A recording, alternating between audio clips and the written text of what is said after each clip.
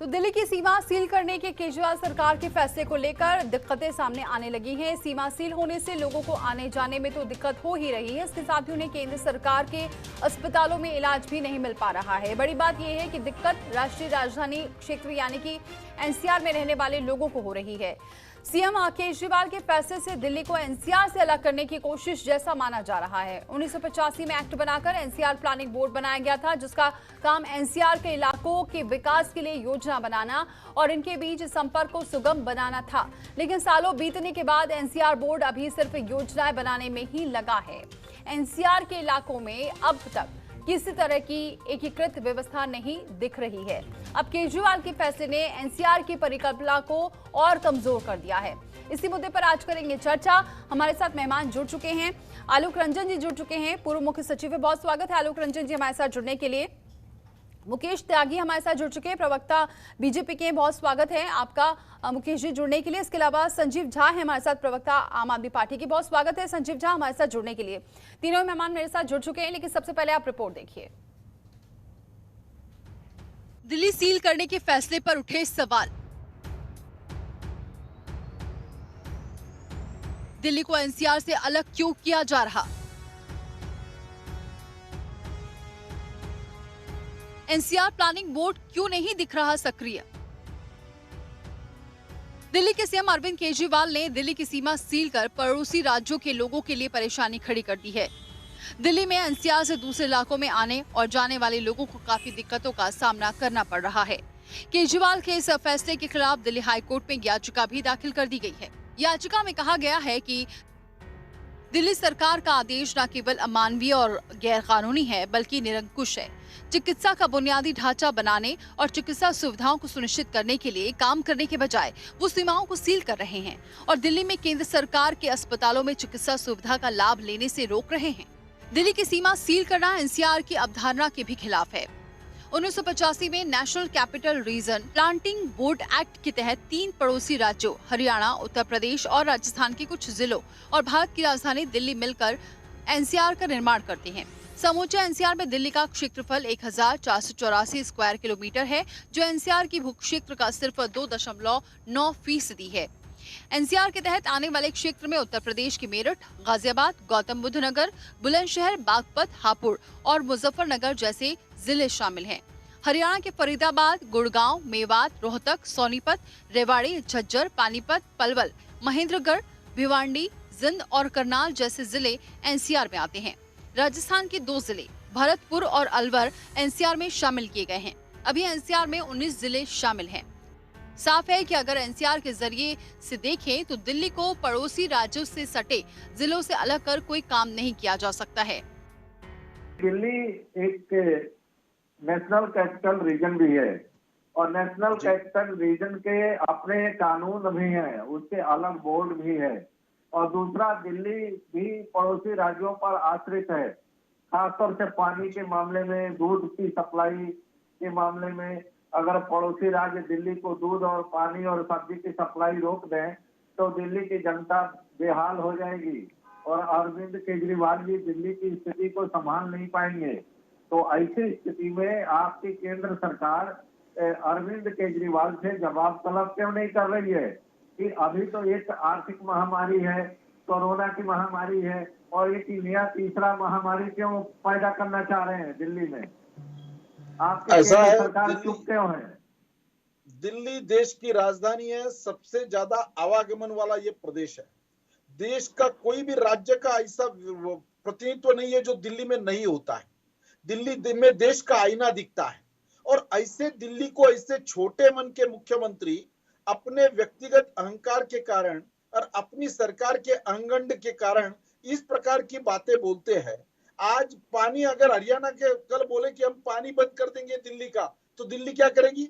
दिल्ली का दूध बाहर से आता है, दिल्ली की सब्जी बाहर से आती है और दिल्ली में काम करने के लिए, रोजी रोटी के लिए कितने लोग रोज आते हैं और इन सबके लिए इस प्रकार की भाषा का उल्लेख करना, ये इनकी मानसिकता का परिचय देता है। रोजमर्रा के कामकाज भी दिल्ली को एनसीआर से अलग नहीं कर सकते हैं। सवाल दिल्ली एनसीआर प्लानिंग बोर्ड पर भी है। एनसीआर प्लानिंग बोर्ड को बने 35 साल से ज्यादा हो गए हैं, लेकिन अब तक एनसीआर की परिकल्पना जमीन पर नहीं उतर पाई है। अब एनसीआर रीजनल प्लान 2041 हो रहा है। अगर एनसीआर बोर्ड सक्रिय हो तो दिल्ली और पड़ोसी राज्यों के विवाद को सुलझाने में अहम रोल निभा सकता है। ब्यूरो रिपोर्ट, जनतंत्र टीवी।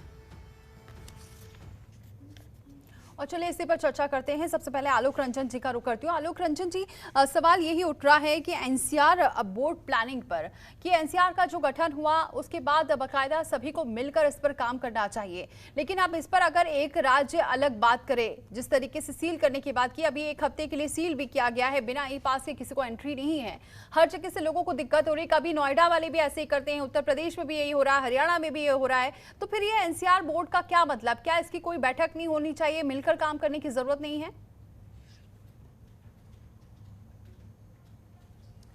देखिए, जो एनसीआर प्लानिंग बोर्ड की आपने बात करी जी, ये आप सही कह रही हैं कि 1985 में इसका गठन किया गया था और इसका उद्देश्य यही था कि जो ये दिल्ली के आसपास का पूरा क्षेत्र है और दिल्ली, इसको एक समेकित रूप से इसका विकास किया जाए, क्योंकि जैसा आपने बताया कि एक दूसरे के ऊपर ये निर्भर है। तो इसलिए इसको एक नेशनल कैपिटल रीजन डिक्लेयर किया गया, जिसमें उत्तर प्रदेश, हरियाणा, राजस्थान के भी कुछ इलाके थे और दिल्ली था। तो उसको एक उसका रीजनल प्लान बनाना, जैसा आपने अभी जिक्र किया कि रीजनल प्लान 2040 बन रहा है, तो उसका रीजनल प्लान बनाया जाता है और उसमें बेसिकली ये रहता है कि जैसे जमीन है उसका कैसे उपयोग किया जाएगा, किस प्रकार की योजनाएं यहाँ लागू की जाएंगी, किस प्रकार की नहीं की जाएंगी। और जैसा मैं अपने प्रशासनिक उसमें मैंने अनुभव किया था कि जब हम लोग जैसे उत्तर प्रदेश में मुख्य सचिव था, जब देखा था नोएडा में या गाजियाबाद क्षेत्र में जैसे कोई भी योजना आती है तो उसको पहले एनसीआर बोर्ड से हमें अप्रूवल लेना पड़ता था कि वो रीजनल महायोजना के तहत ये अप्रूवल देने लायक है कि नहीं, ये योजना की नहीं है, उससे ये मेल खाती है या नहीं खाती है। मतलब जो भी विकास इस एनसीआर क्षेत्र में होगा वो जो एनसीआर क्षेत्र का रीजनल प्लान बना है उसके तहत ही हो पाएगा। अच्छा, आइडिया एनसीआर क्षेत्र का ये था, देखिए, कि दिल्ली को डीकंजेस्ट किया जाए। दिल्ली अपने आप में वहाँ बहुत कंजेशन हो रहा है, सारी लोग रह भी वहीं रहे हैं, सारे दफ्तर और कार्यालय भी वहीं हैं, तो उसको डीकंजेस्ट किया जाए। एनसीआर क्षेत्र में लोग, तो इसी वजह से ऐसा हुआ कि बहुत से लोग रह रहे हैं नोएडा में या गुड़गांव में, लेकिन काम करने के लिए दिल्ली आ रहे हैं या वापस जा रहे हैं, तो कार्यालय यहाँ पे है, रहे वहाँ दूसरी जगह रहे। तो इस प्रकार डीकंजेशन काफी कुछ हुआ भी, और नोएडा और गुड़गांव और फरीदाबाद, ये सब क्षेत्र जो हैं ये अपने आप में विकसित हुए। अच्छा, एनसीआर प्लानिंग बोर्ड, मैं ये तो मानता हूँ इनकी बैठकें भी होती हैं और करते हैं, लेकिन हाँ ये है जरूर कि मैंने रखा कि कोई भी योजना का अप्रूवल तो आपको ऐसे लेना पड़ेगा, लेकिन ये प्लानिंग बोर्ड इस चीज में हस्तक्षेप नहीं दे पाता है ना, क्योंकि कि यहाँ पे लोग अलाउ किए जा रहे हैं अंदर आने को कि नहीं किए जा रहे हैं, ये बात आ जाती है प्रदेश सरकारों की।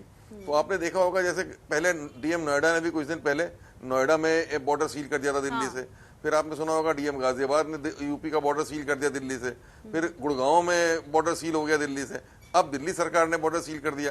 तो ये एक तरीके से अलग अलग प्रदेश सरकारें जो हैं वो इसको कर रही हैं। ये एनसीआर प्लानिंग बोर्ड इसमें बहुत ज्यादा हस्तक्षेप कर भी नहीं सकता, क्योंकि प्रदेश सरकार का पावर है कि वो क्या इस तरीके का निर्णय ले। अब वो बात अलग है कि ये सही कर रहे हैं, गलत कर रहे हैं, क्यों कर रहे हैं, ये अलग चर्चा का विषय है। लेकिन क्या ऐसा हो सकता है कि ये बोर्ड में अगर सब जाएं और मिलकर एक प्लानिंग बनाएं, तो क्या ये जो कोरोना के जो समस्या निकल रही है इससे, इसको सुलझाया जा सकता है? क्या ये नियम कहता है?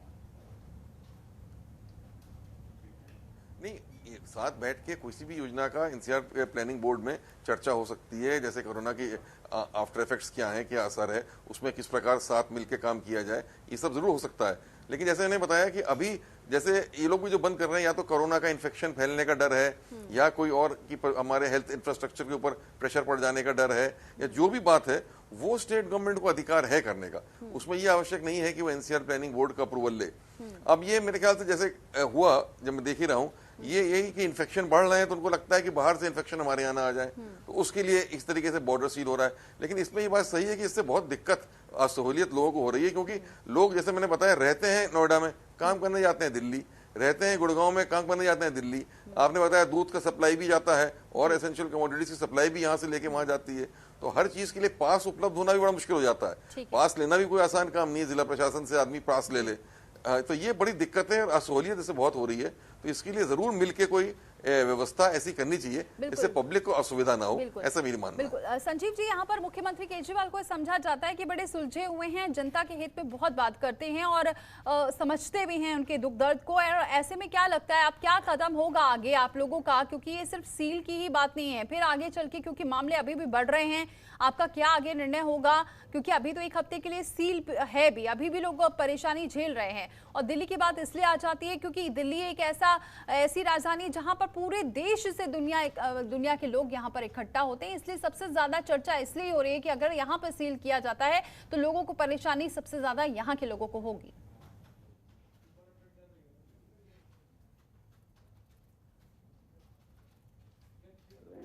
दिल्ली के सीएम अरविंद केजरीवाल जी ने कहा, क्योंकि दिल्ली में आप लोगों ने देखा कि दिल्ली में कोरोना के पेशेंट्स बढ़ रहे थे, तो उनकी इलाज ठीक से हो पाए।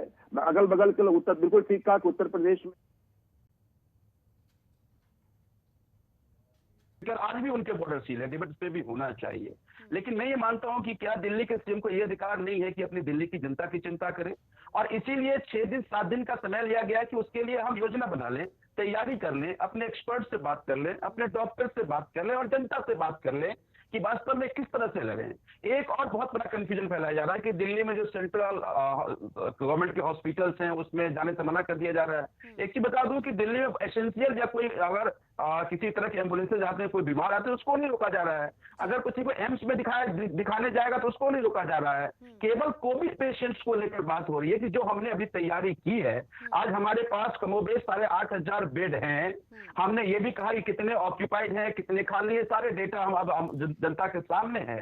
तो हमारी चिंता बस केवल इतनी है कि दिल्ली में केसेस बहुत ज्यादा है इन कंपेरिजन टू, अगर आप हरियाणा की बात करें, उत्तर प्रदेश की बात करें, तो मुझे लगता है कि दिल्ली की जनता को परेशानी ना हो। साथ में मान लीजिए कोई हरियाणा से आते हैं, उत्तर प्रदेश से आते हैं, यहाँ बेड खाली नहीं मिला तो उनको भी परेशानी होगी। तो बेसिकली ये कोविड का जो प्रिपरेशन है उसको लेकर बात हो रही है।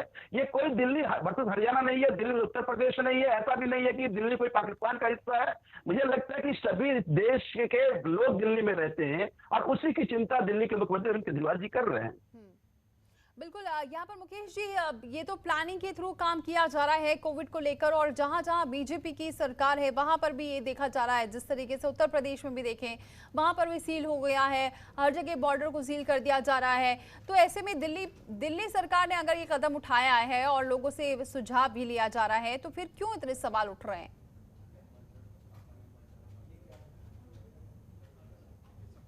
ऑब्जेक्शन उठा है वो सबसे बड़ा ये है कि दिल्ली सरकार ने जिस तरीके से नीजक एक तुगलकी फरमान जारी किया कि 5 दिन के लिए दिल्ली बॉर्डर सील होंगे और किसी को सूचना नहीं थी। वहाँ पर 2-2, 3-3 किलोमीटर की लंबी लाइन लगी, और जो लोग, जैसे मैं आपको एक उदाहरण दे रहा हूँ कि इंश्योरेंस कंपनी में जो व्यक्ति काम करता था वो एसेंशियल सर्विसेज में आता है, लेकिन पुलिस ने उसको कहा कि नहीं, हम आपको नहीं जाने देंगे, जबकि वो लगातार जाना आना कर रहा था।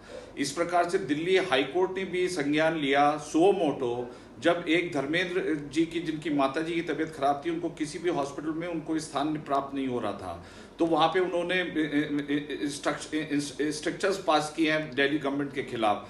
तो ये मैं आपको संक्षिप्त में ये बताना चाहता हूँ, देखिए इस समय एकता का समय है और संक्रमण बहुत बड़ा है, लेकिन हमारा आर्थिक चुनौतियां भी उतनी ही बड़ी हैं। जब लॉकडाउन के एडवांस स्टेट में, जब हम लॉकडाउन रिलीज 1 पे आए, तब सडनली अचानक केजरीवाल जी को लगा कि अब मैं दिल्ली का बॉर्डर सील करूंगा। मैं ये कहता हूं कि राजनीतिक रूप से संक्रमित हैं केजरीवाल जी, ये पूरा उनका राजनीतिक पहल था।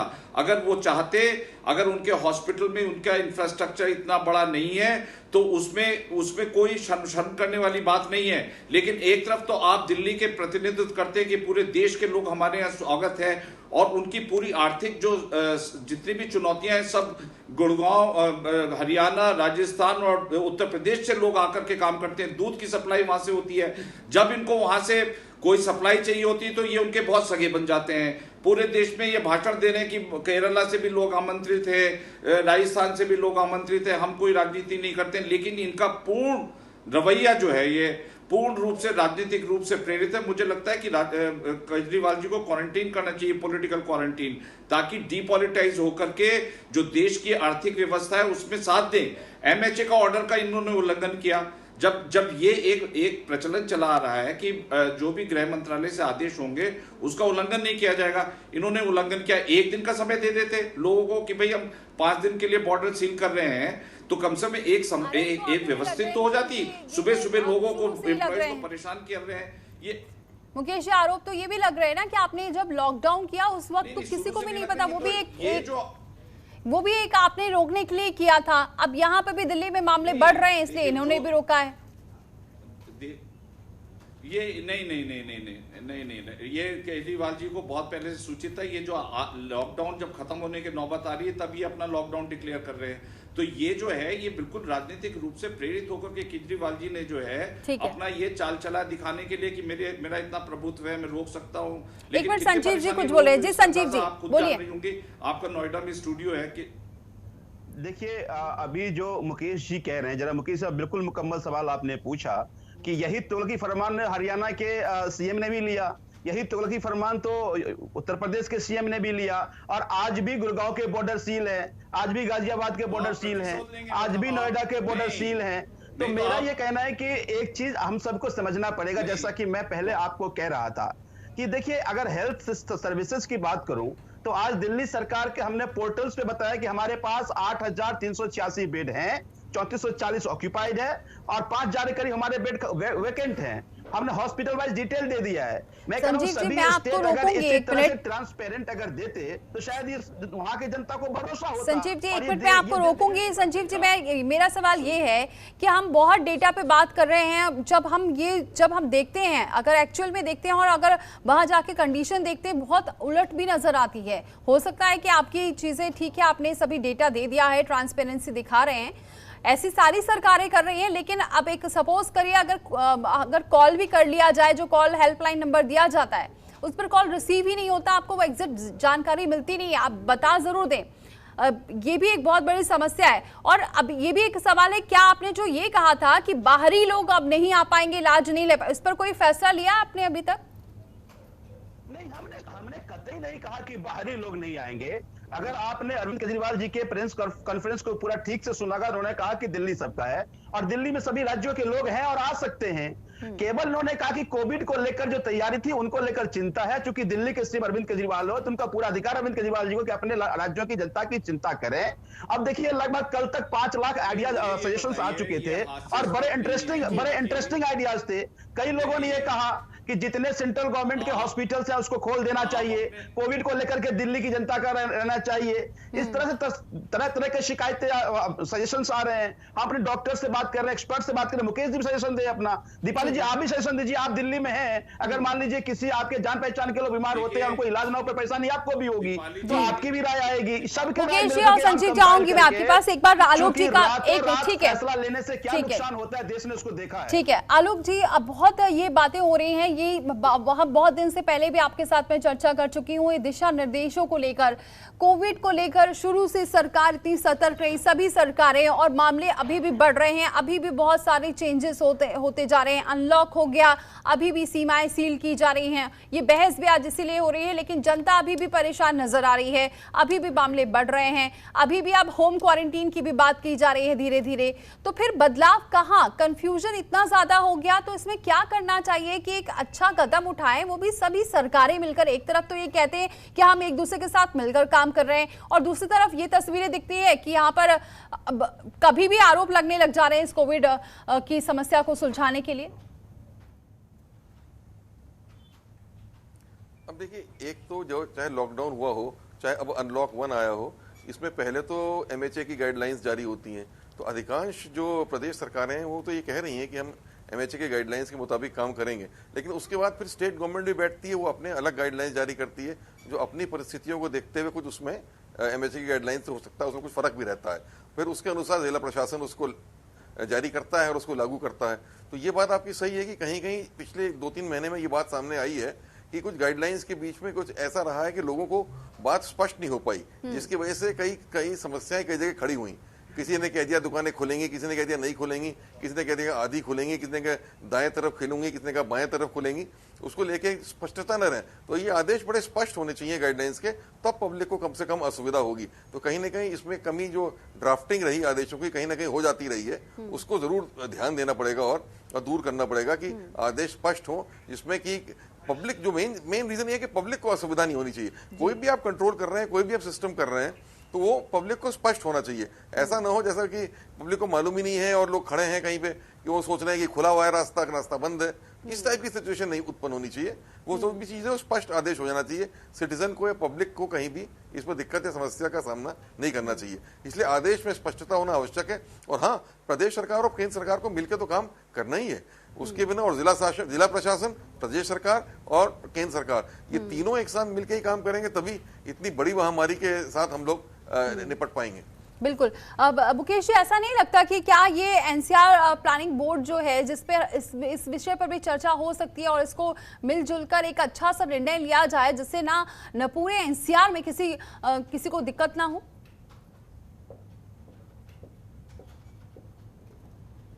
बिल्कुल, आपने बिल्कुल सही बात की दीपाली जी। ये बहुत जरूरी है कि एनसीआर बोर्ड जो है वो मिलकर के एक समन्वय की नीतियां बनाए, ना कि आपस में भिड़े हुए हो। अभी खुद ही बोल रहे हैं कि हमने प्रतिशोध में जो है अब सीलिंग की हुई है, तो अगर कोई गलत करता है तो आप भी उस गलत काम को करेंगे। आप ये देखिए कि व्यावहारिक रूप से बहुत से लोगों ने सुबह के समय और शाम के वक्त लोगों की आवाजाही पर पुलिस ने थोड़ी सख्ती कदम उठाए, लेकिन दिन के समय फिर बिल्कुल फ्री फॉर ऑल कर दिया गया। तो ये क्योंकि लोगों ने समझ लिया कि ये बहुत ही राजनीतिक रूप से प्रेरित निर्णय है केजरीवाल जी का।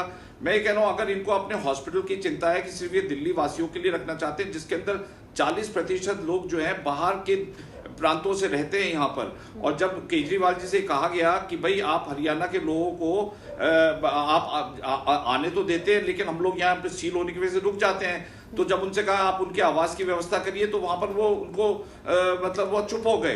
तो इस प्रकार से बहुत सी चुनौतियां हैं। मैं ये कह रहा हूं कि इनको आपस में मिलकर के कोऑर्डिनेशन करने की आवश्यकता है। अगर एनसीआर की बात करें तो राजस्थान सीएम, हरियाणा सीएम और उत्तर प्रदेश के सीएम और दिल्ली के सीएम, ये चारों मिलकर के एक यूनिफॉर्म पॉलिसी बनाए, नहीं तो जनता का जितना नुकसान ये लोग कर रहे हैं इस वजह से। मेरे पास समय कम है मुकेश, इसलिए आखिरी कमेंट ले लेती हूँ संजीव जी से। देखिए, एक सेकंड जी, एक सेकंड बस, मैं 1 सेकंड में खत्म कर रहा हूं। उद्योग धंधे खोले जा रहे हैं, अब लेबर का आना जाना जो है उसमें बहुत जरूरी है। आपने उनको रोक करके बंद कर दिया, वो डिमोरलाइज हो गए। अब आप उनको कहां से केजरीवाल जी ने एक तरफ का निर्णय। ठीक है संजीव जी, आखिरी कमेंट, क्या लगता है कि बैठक की बहुत जरूरत है, एक यूनिफॉर्म बैठक हो, उसके बाद एक अच्छा सा निर्णय लिया जाए जिससे आपकी सरकार पर भी सवाल ना उठे और सबसे अहम बात की जनता परेशान ना हो? लगता है कि केंद्र सरकार को इनिशिएटिव लेना चाहिए। अभी जितने स्टेट गिना रहे हैं, 2 स्टेट बीजेपी रूल्ड स्टेट है। मुझे लगता है कि देखिए ये कंफ्यूजन ना हो, हम कोई कंफ्यूजन पैदा नहीं करना चाह रहे। अरविंद केजरीवाल कतई नहीं कहे कि कोई बाहर के स्टेट के लोग नहीं आएंगे। इनको तो अपनी राजनीति करना, राजनीति रोटी सेकते हैं, तरह तरह की अफवाहें फैलाते हैं। मैं बार बार इनको पूछता रहा कि अगर अरविंद केजरीवाल तोलगी फरमान है तो हरियाणा का गुड़गांव बॉर्डर क्यों सील है, क्यों नहीं बोल रहे हैं उस पर। तो मुझे ये लगता है कि बिल्कुल कोई कोऑर्डिनेशन होना चाहिए। अगर प्लानिंग बोर्ड के जरिए हो तो और अच्छा है। हम नहीं चाहते कि दिल्ली या दिल्ली के बाहर की जनता को किसी तरह की परेशानी किसी भी राजनीतिक सरकार के फैसले से हो। हम बिल्कुल चाहते हैं समय फैसला हो ताकि दिल्ली जो परेशानी जनता को हो रही है वो ना हो पाए।